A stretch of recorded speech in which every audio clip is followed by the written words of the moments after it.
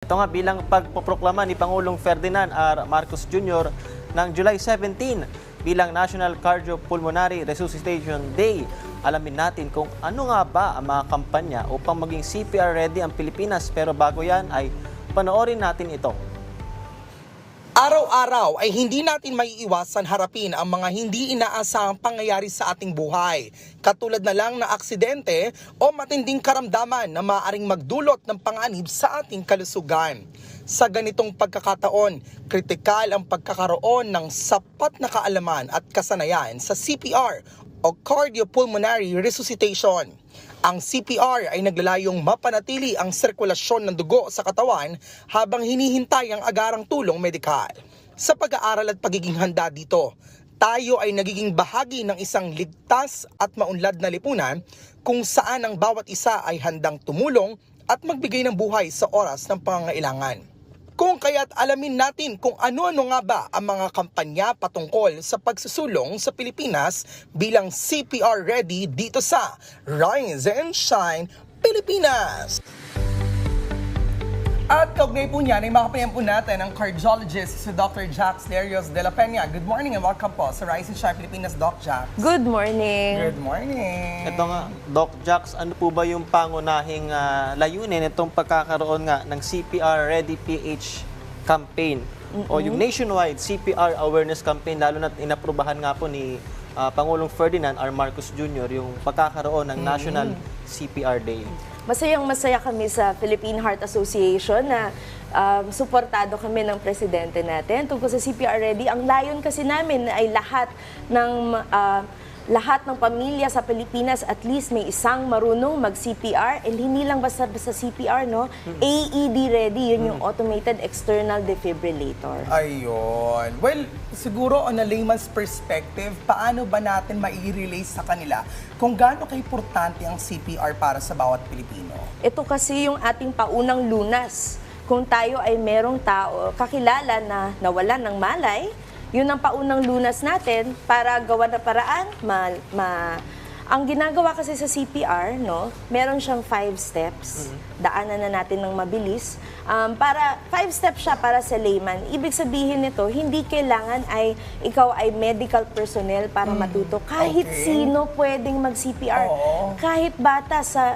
Actually, parang napag-aralan namin sa health subject yan dati. Maganda yan. Maganda yan. Yes. Napag-aralan nyo. No? Sa katotohanan, sa ibang bansa, merong mga tao na kasing bata ng 8 years old, marunong. Yun ang gusto nating mangyari sa Pilipinas. Marami sanang marunong mag-CPR, sumagip, magbigay ng unang lunas. So ito ay para sa mga tao na walang malay. Ayun.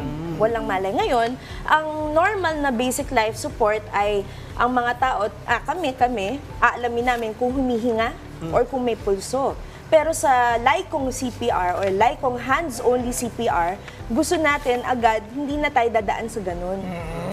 I-assume na natin ulit na walang pulso, assume na natin agad yun, at magsisimula na tayo ng chest compressions na tinatawag. Yun yung isa.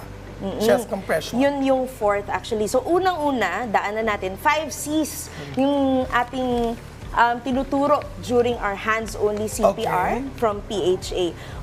Unang C ay check. Okay. Check. Tingnan mo, mula sa malayo, humihinga ba yung pasyente? Okay. Walang malay kasi ito no? Kaya siya malayo, nanggaling tayo sa pandemya.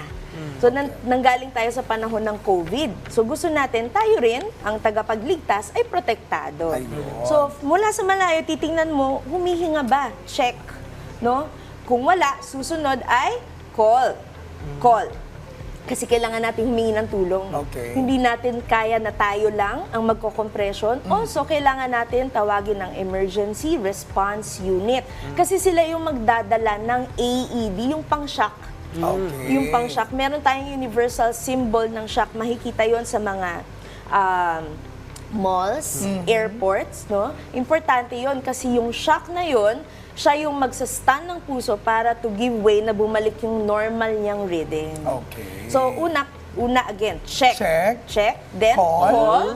Number 3, ito ay para sa pandemya lang, cover. Cover. So, kailangan una, takpan natin kung meron tayong face mask, takpan natin ang ating bibig at ilong. Susunod ay kung meron tayong available na cloth, itatakpan natin ng ilong ng ating dummy. Okay. Dummy kasi nasa harap ko, yun ang nakita ko eh. Oo, pero yung patient mismo. Biktima, yes. Oo. Okay.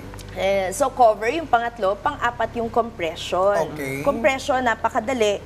Pwede natin ipakita Sige, eh. mag-demo na i-demo tayo. na natin ngayon, Doc Jax. Opo. Mamaya ako yung Dito ba nakahiga tayo? dyan, Patrick, ikaw bahala sa akin.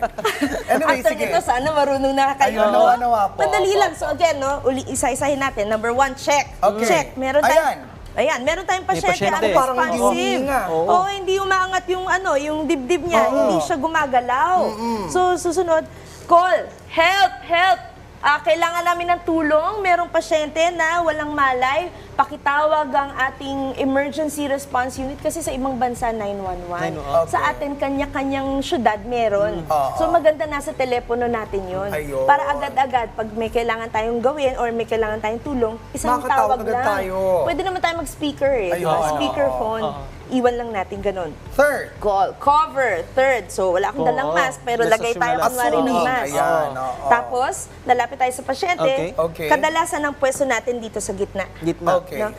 Pero kahit saan, okay lang. Basta dito ang pwesto natin, cover. Usually.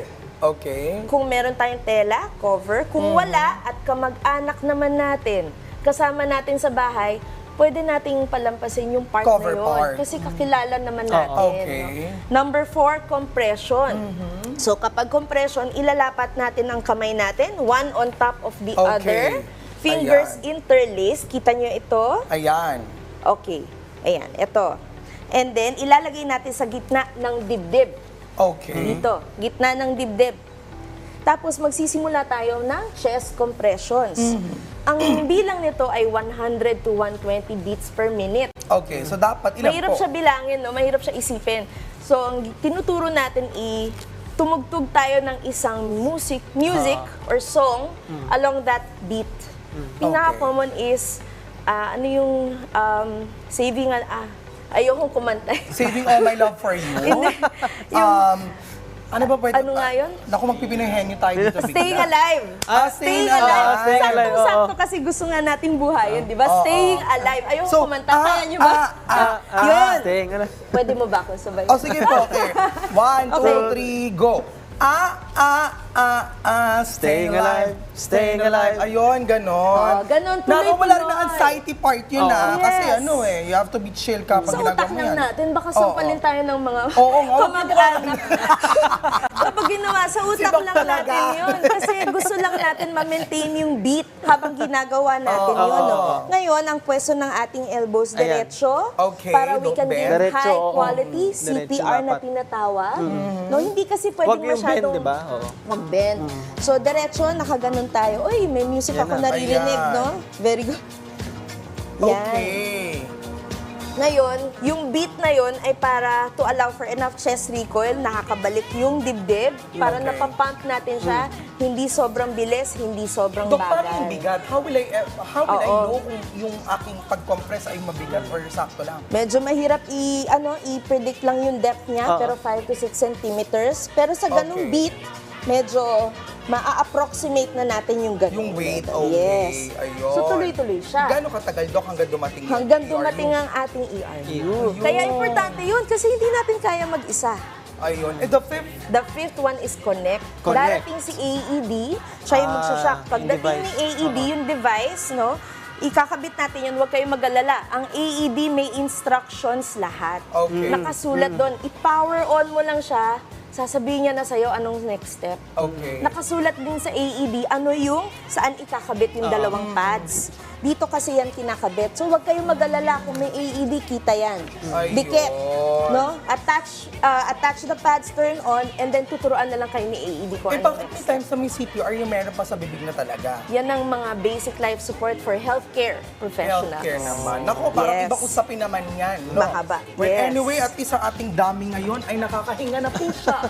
Okay na po siya mga ka-RSP dahil ang galing-galing ni Doc talaga pagdating sa CPR. Ayan. Doc, saan ka namin pwede mahanap in case we want to know more about this? Yes, sa Philippine Heart Association, we regularly conduct CPR training, and this tomorrow actually is the first National CPR Day, we will be celebrating in PNP Krame.